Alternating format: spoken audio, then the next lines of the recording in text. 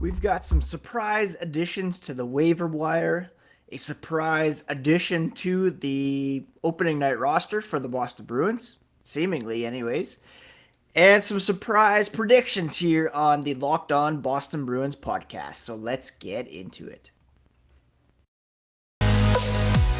You're Locked On Bruins, your daily podcast on the Boston Bruins. Part of the Locked On Podcast Network, your team every day.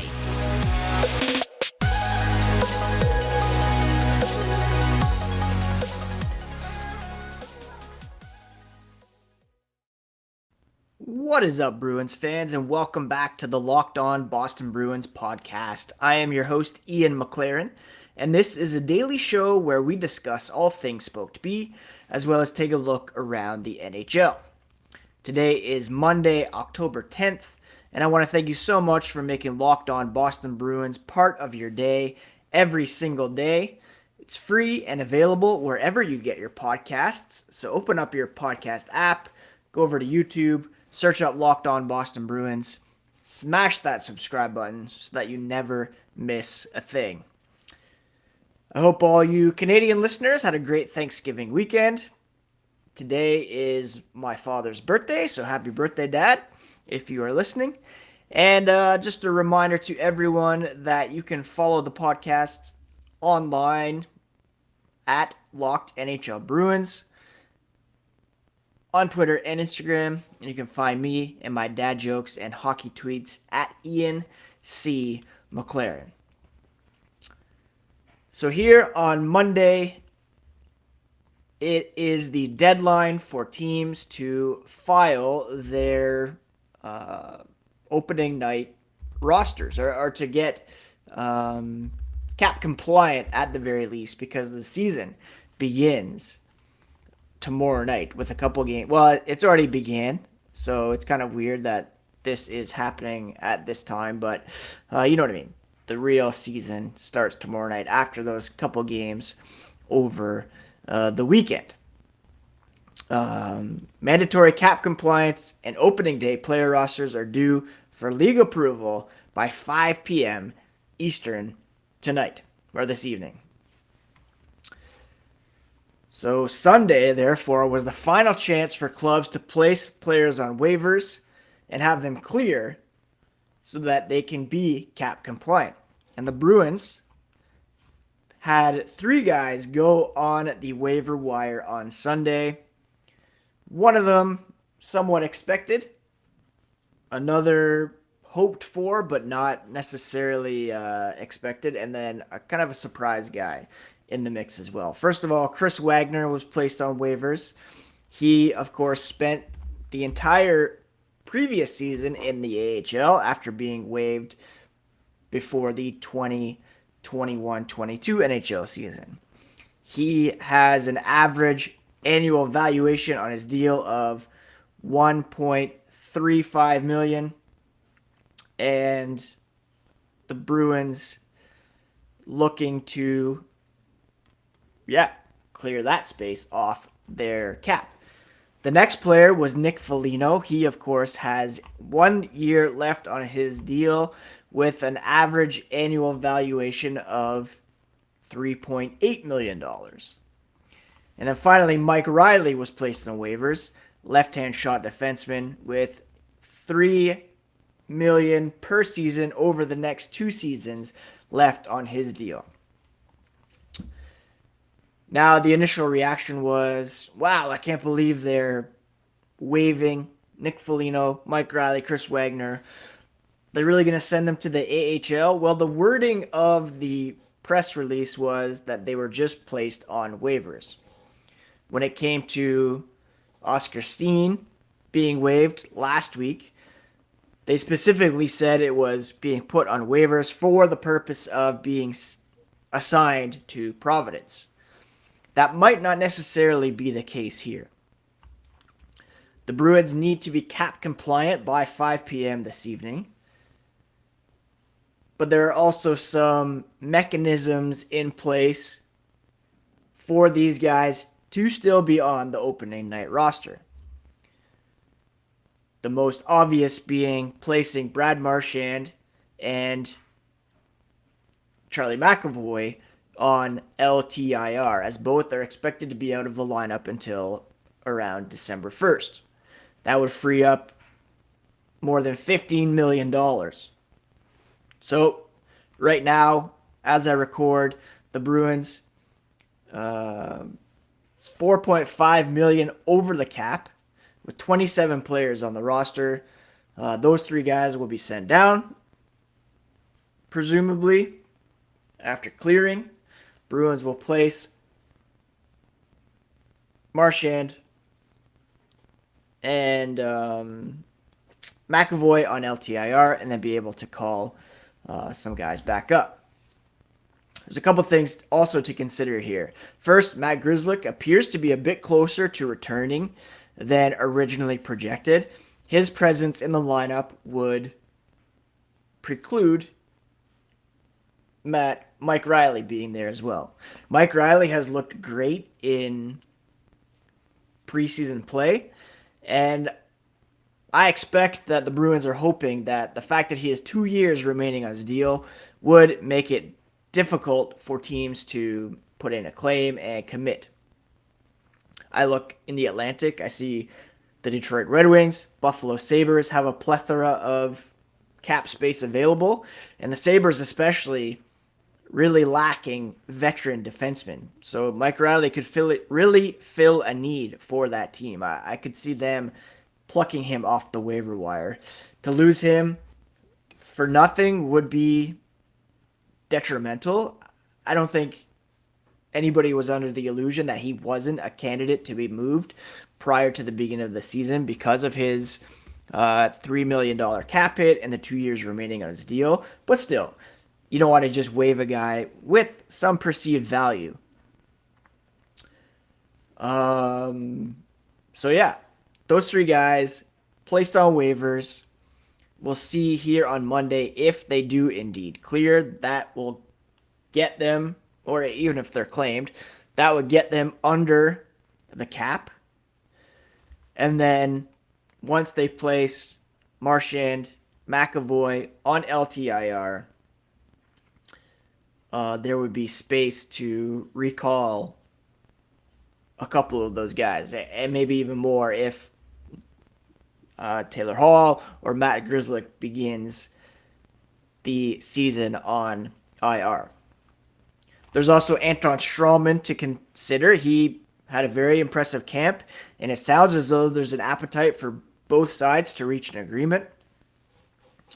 My best guess is, again, they begin the season with up to 4 guys on IR, so they could go back to the 27 that they have at the moment, including Strawman, Fellino, Reilly, and Wagner, with Hall, Grzelcyk, McAvoy, Marchand on IR to begin the season. At some point, they're going to have to face the reality that they can't keep all of these guys, and having put these guys through the waiver process already will be preparing them for that eventuality. You can't keep these 27 guys plus Strawman on the roster. There's a few guys who are waiver exempt still around. Matt Felipe, Jakub Lauko, who we're going to talk about here in a moment as a surprise remaining player. But that's the situation here. 2 p.m. Eastern this afternoon, we'll find out if guys are claimed, if they clear waivers. Perhaps the Bruins have their eye on someone who hit the wire as well, and that's why they wanted to have a bit of flexibility. So we'll see here how that plays out. Again, one guy who has been surprising in camp is Jakub Lauko. We're going to talk about him here in a moment. But first, a quick word about Athletic Greens. What is this stuff? Well, with one delicious scoop of AG1, you're absorbing 75 high-quality vitamins, minerals, whole food-sourced superfoods, probiotics, and adaptogens to help you start your day right. This special blend of ingredients supports your gut health, your nervous system, your immune system, energy, recovery, focus, and aging. Athletic Greens was created when the founder experienced a ton of gut health issues and ended up on a complicated supplement routine to recover. Cost him about $100 per day. He created Athletic Greens after experiencing how difficult it was to create an optimal nutrition routine on his own. Right now, it's time to reclaim your health and arm your immune system with convenient daily nutrition. Just one scoop in a cup of water every day. That's it. No need for a million different pills and supplements to look out for your health. To make it easy, Athletic Greens is going to give you a free 1-year supply of immune-supporting vitamin D and 5 free travel packs with your first purchase. All you have to do is visit athleticgreens.com/NHL Network. That's athleticgreens.com/NHL Network to take ownership over your health and pick up the ultimate daily nutritional insurance. Now, there's a couple surprise players that remain at training camp. One of them is Thomas Nosek, who I thought was a candidate to be waived over Nick Foligno and Chris Wagner, and also Jakub Lauko. From what we've heard from Jim Montgomery, he has liked Chris Wagner's game. He said the other day that if it was up to him, he'd be on the opening night roster. And he really thought that Nick Foligno played well on the fourth line with Thomas Nosek in the final preseason game, a 5-3 loss to the New Jersey Devils on Saturday. Jim Montgomery said the line of Nosek, Fellino, and Lauko was the best line all game. He said Lauko was good. He's doing what we've asked. He's bringing speed. He's keeping pucks in the offensive zone, taking pucks into hard areas. And that's why he's been here this long. Lauko, of course, was a third-round pick in 2018.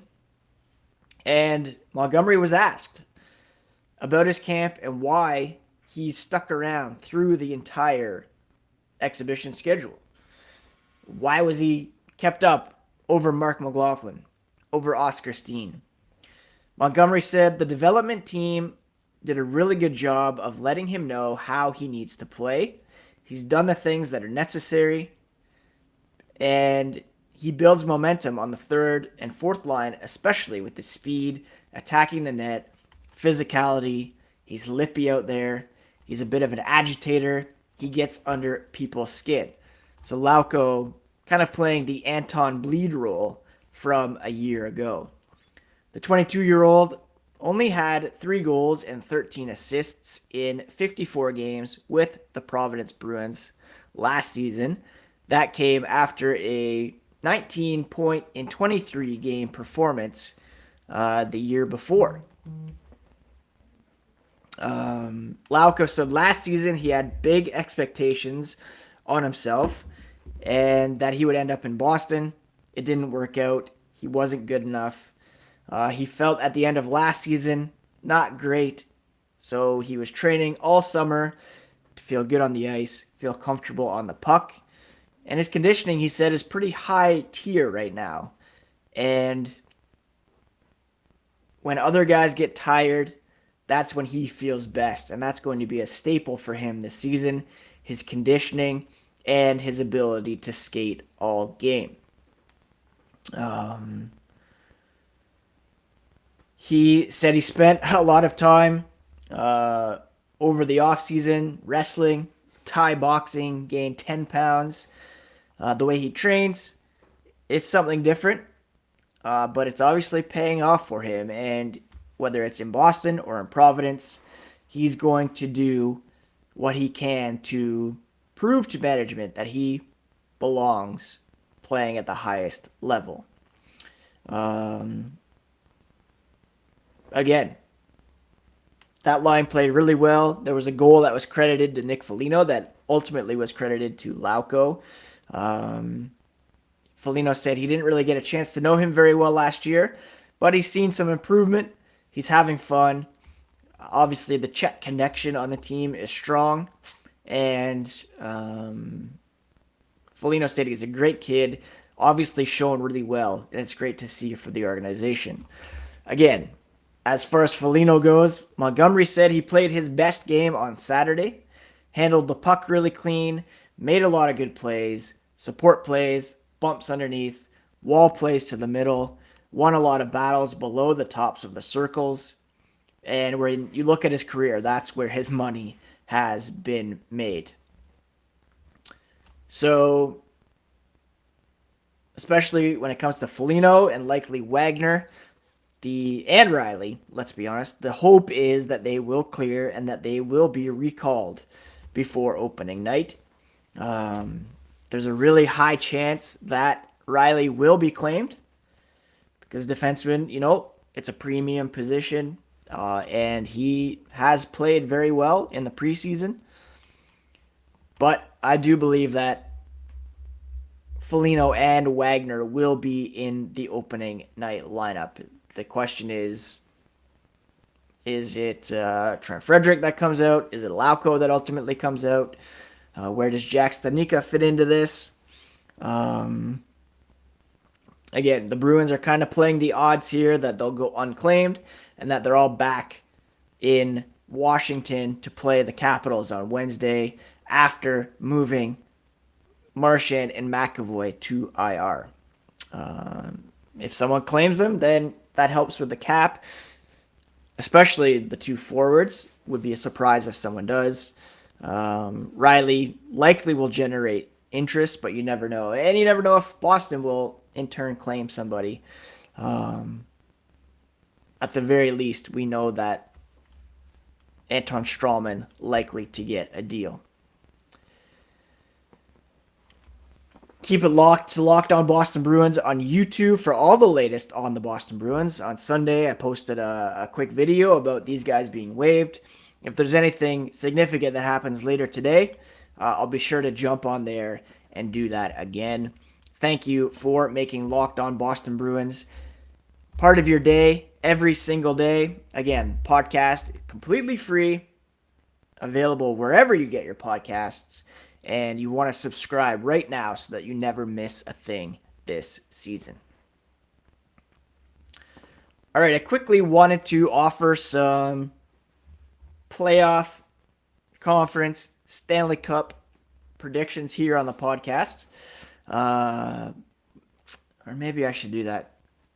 I'll start with the Atlantic, and then we'll do playoff teams and Stanley Cup on the podcast tomorrow. How does that sound? The Atlantic, I was asked by listener Colin Thompson today about where I thought the Bruins would finish in the Atlantic. At B Bruins 1011 is his handle. And I think the Bruins could finish as high as second here, folks. I'm going to put the Maple Leafs in first, the Bruins in second, followed by the Tampa Bay Lightning and the Florida Panthers. I really think Florida could take a step back because of the trade that sent not just Jonathan Huberdeau and getting back Matthew Tkachuk, but also sending Mackenzie Weegar out to Calgary. That's a huge loss in my estimation. And Anthony Duclair will also be out to begin the season. Now, the Bruins, of course, have injury issues of their own. But like I said last week on the podcast, when this team is healthy, I do believe they're better than last season. And sounds like Hall and Grzelcyk will be back sooner than later. And I think you can't replace those guys by any stretch of the imagination. But I think they're well positioned to stay afloat, and then once those guys come back, to really turn it on and be a top team in the Atlantic and the Eastern Conference this season. I do think Ottawa, Detroit will narrow the gap a bit. I think Buffalo could be improved over last season. Eric Comrie in their net has a chance to surprise. Maybe they add Reilly on the blue line there to go with some of their youngsters. But Montreal, they're going to be in last, and then it'll be Buffalo, Detroit, Ottawa going up. But you heard it here first. Well, maybe not first, but you're hearing it here. I'm going on record saying the Bruins will finish second in the Atlantic Division. Ideally, they'd play Florida in the first round as the third seed, having home ice advantage. I could see it being Tampa as well. But they've got some turmoil to begin the season. Just search up Ian Cole's name on Twitter and you'll find out why. Don't really want to get into that right now. But Bruins finishing in second. Atlantic Division predictions: Toronto, Boston, Tampa, Florida. All right. So keep it locked to Locked On Boston Bruins for all the latest on this team. Again, I hope you in Canada having a great Thanksgiving weekend. All love to my American friends as well. And follow the YouTube channel. Click the notifications bell so that when a video is posted, you'll get immediate reaction here on the Locked On Boston Bruins podcast. Reilly, Wagner, Fellino on waivers. I'm quite sure Fellino and Wagner will clear. The Bruins believe Reilly's second year will prohibit him being claimed. And then LTIR magic will happen, and the Bruins will be kind of pushing these bigger decisions down the road because, as it stands, they have more players in the mix than they can carry unless there's further injuries that come up. Thanks so much for listening, friends. I really do appreciate the support, and we'll talk to you again here tomorrow on the Locked On Boston Bruins podcast, part of the Locked On Podcast Network, your favorite team every single day.